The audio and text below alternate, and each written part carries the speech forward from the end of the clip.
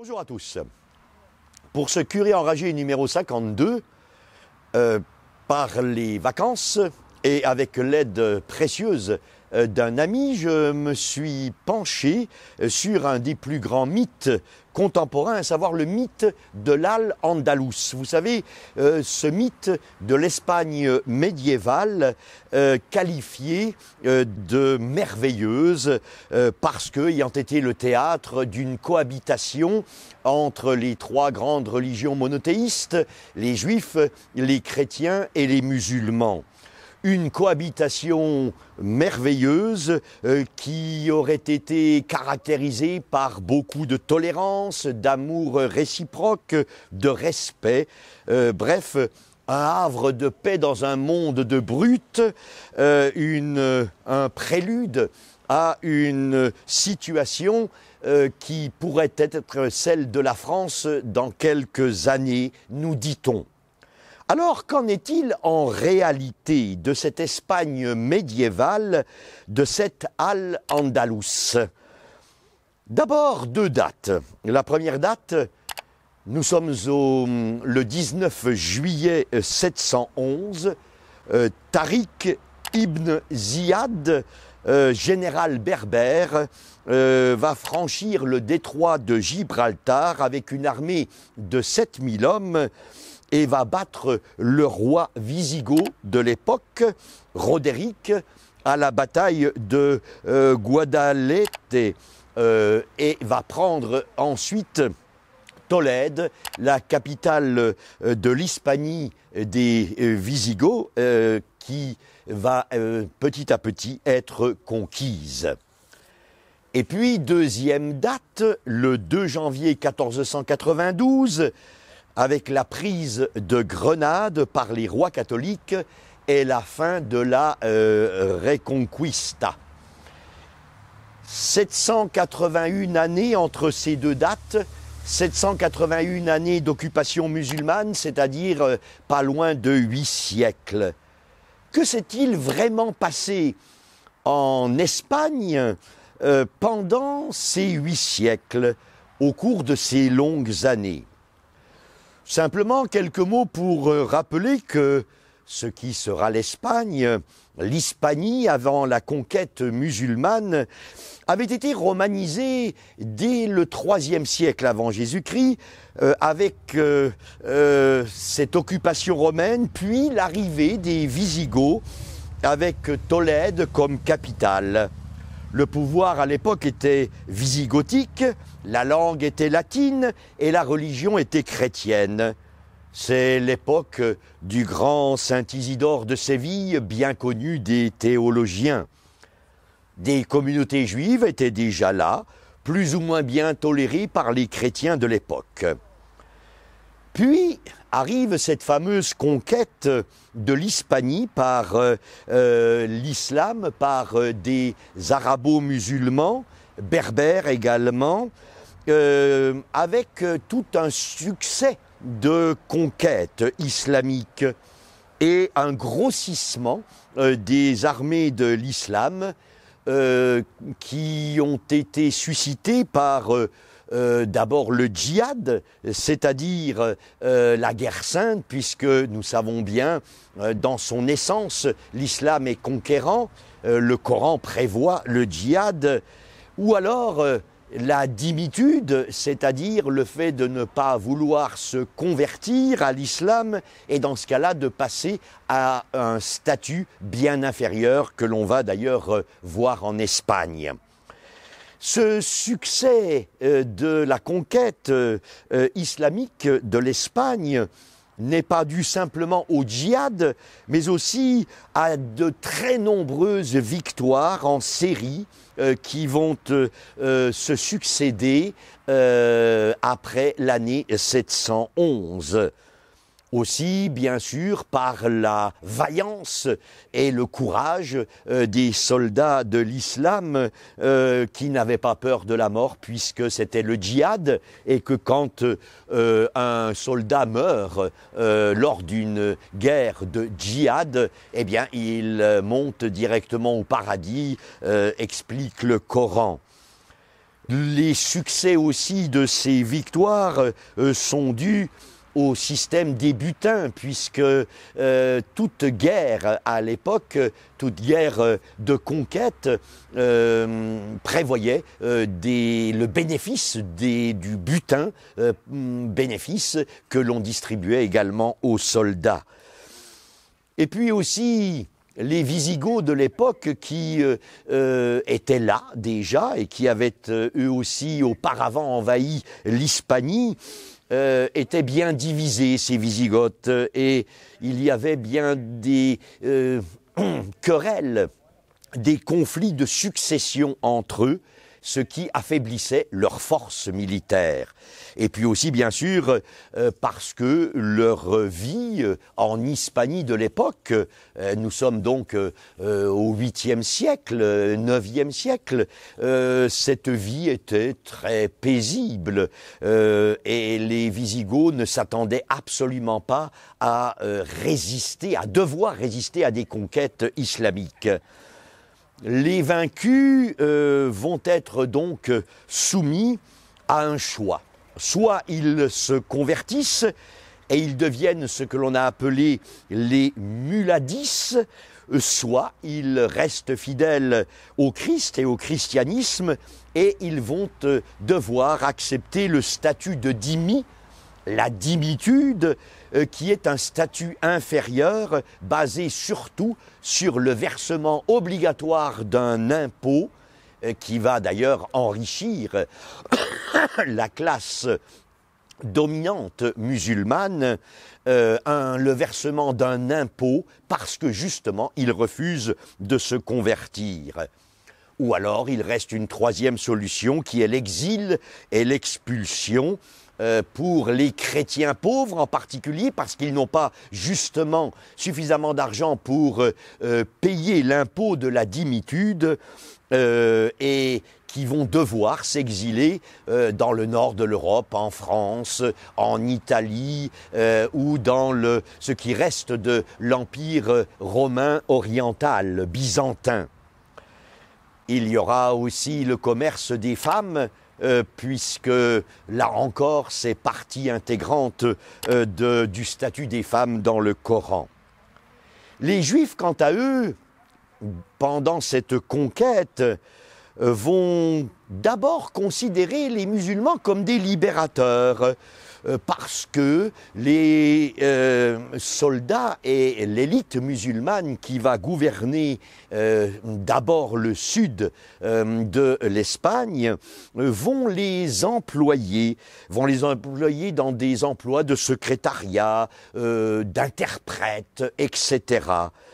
Seulement, les Juifs présents dans ces contrées vont vite s'apercevoir qu'eux aussi vont devoir subir la dhimmitude, c'est-à-dire cette condition très inférieure dans la société de l'époque, et pour certains d'entre eux vont devoir subir l'expulsion, les persécutions, bref, être des citoyens de deuxième zone, en quelque sorte. Autrement dit, quand on nous parle pendant ces 8 siècles de conquista musulmane, avant la reconquista chrétienne, quand on nous parle d'une convivencia, d'une convivence, d'une cohabitation tout à fait paisible, fructueuse, apportant richesse, art et science, elle est en fait, et c'est l'histoire qui le démontre, elle est en fait impossible. Impossible, c'est un pur mythe que l'on essaie de nous remplir, que l'on essaie de faire entrer de force dans nos esprits. Les communautés juives vont continuer d'être repliées sur elles-mêmes, elles vont se cantonner dans les villes, elles seront citadines, et quant aux communautés chrétiennes, elles seront elles aussi de seconde zone par rapport à cette gouvernance islamique. La société, pendant ces 8 siècles d'occupation musulmane, sera composée pour 1% par une classe dirigeante musulmane, avec de très beaux palais, des églises transformées en mosquées, mais souvent restaurées, un environnement riche, artistique et beau. Cela pour 1% de la société. Et ce 1% de la société adoptera la langue arabe, bien sûr, évidemment, et sera en contact avec toutes les autres comtés musulmanes du monde de l'époque. Pendant ce temps-là, 99% des habitants, de la population, pendant ces 8 siècles d'occupation musulmane, adoptera des langues régionales faites de latin, de langue germanique à cause des Wisigoths, vous l'avez compris, et puis aussi d'un peu d'arabe. Mais quand on examine à l'heure actuelle la langue espagnole, on ne trouve que 5% au plus de termes et de mots qui soient de langue arabe. C'est d'ailleurs la preuve qu'il n'y a pas eu cohabitation fructueuse, mais simplement un dominant et des dominés. L'élite arabo-musulmane, elle, va faire progresser, surtout du 9e siècle au 12e siècle, les arts et les sciences, en particulier les mathématiques et l'algèbre, cela est bien connu. Quant à la philosophie, là encore, c'est le mythe de l'Al-Andalus qui nous fait croire que Aristote et ses commentateurs nous ont été transmis grâce à l'occupation musulmane de l'Hispanie. C'est totalement faux. Aristote et d'une manière plus générale la philosophie grecque va nous parvenir par les Byzantins, autrement dit les chrétiens de l'Empire romain d'Orient, et une étude a été faite à propos du Mont Saint-Michel qui le démontre d'une manière exemplaire.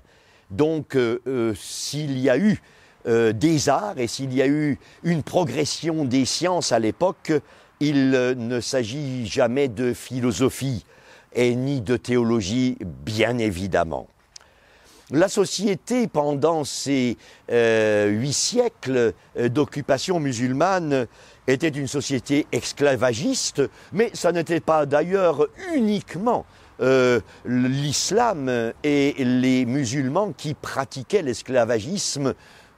L'esclavagisme étant répandu à peu près partout, sauf dans les sociétés vraiment chrétiennes, particulièrement du Moyen-Âge, puisque l'esclavage était déjà éliminé dans les sociétés que contrôlait en quelque sorte l'Église. Une société inégalitaire pendant ces 8 siècles de l'Al-Andalus, une société inégalitaire, les règles de politesse. Un chrétien rencontrant un musulman était obligé de baisser les yeux, de ne pas le regarder par déférence. Les chrétiens ou les juifs devaient se déplacer sur des ânes, et si jamais ils étaient un peu riches et possédaient un cheval, alors ils devaient ne pas le monter comme tout le monde, mais s'en servir en Amazone.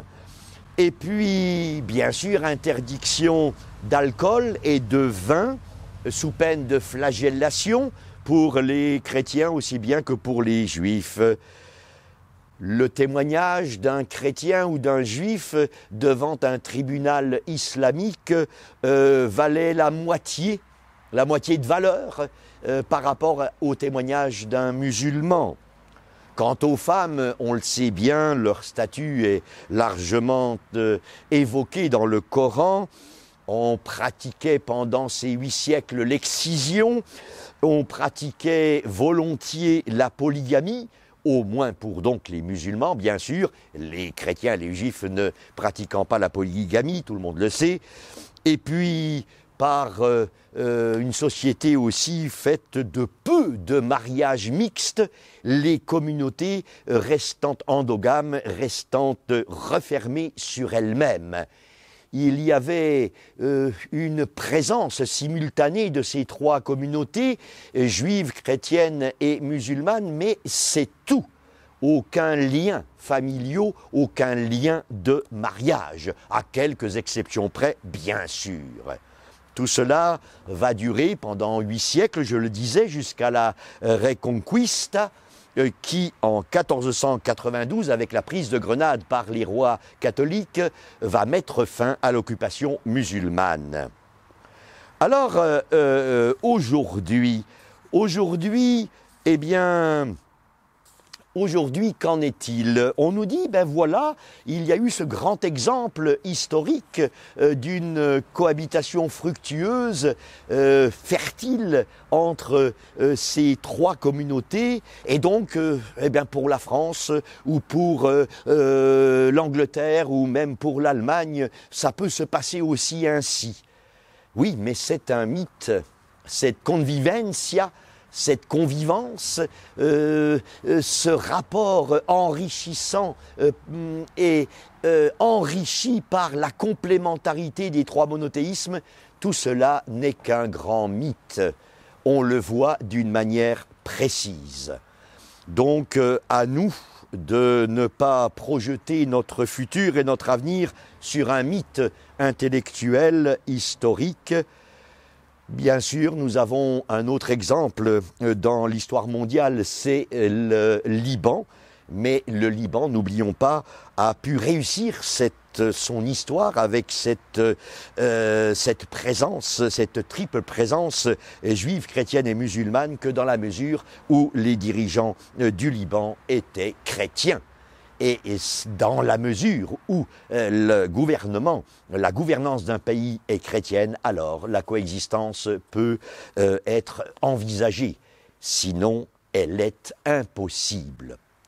Je termine en vous recommandant la lecture de 3 ouvrages qui sont issus des 3 communautés différentes, juives, chrétiennes et musulmanes, et qui vous permettront de vous faire vous-même une idée sur ce mythe de l'Al-Andalus. Je vous recommande donc la lecture de 3 ouvrages. Le premier est intitulé La Spagna delle tre culture d'un Italien, Alessandro Vinoli, aux éditions Viella, un universitaire de Bologne qui s'est penché dans ses études sur cette Al-Andalus. Son historique des 3 cultures se poursuit jusqu'à nos jours. Deuxième ouvrage, Chrétiens, Juifs et musulmans dans l'Al-Andalus, mythe et réalité de l'Espagne islamique, d'un Espagnol, Dario Fernandez Morera, traduit de l'anglais. C'est un universitaire hispano-américain, un ouvrage très complet, bien écrit, qui fait référence au sort du petit peuple, c'est-à-dire de 99% de la population pendant cette occupation musulmane de l'Espagne, et qui mérite d'être lu. Et puis enfin, 3e ouvrage, Al-Andalus, l'invention d'un mythe, de Séraphin Fanjoul, traduit de l'espagnol, un universitaire madrilène, professeur de littérature arabe. Ce dernier ouvrage est certainement le plus complet et le plus engagé dans une analyse critique de ce mythe de l'Al-Andalus. Il est un peu arabisant, certes, mais aussi hispanique. Ces 3 ouvrages font référence à des écrits, bien sûr, de l'époque, avec une analyse historique très sérieuse. Bonne lecture, si vous en avez le temps.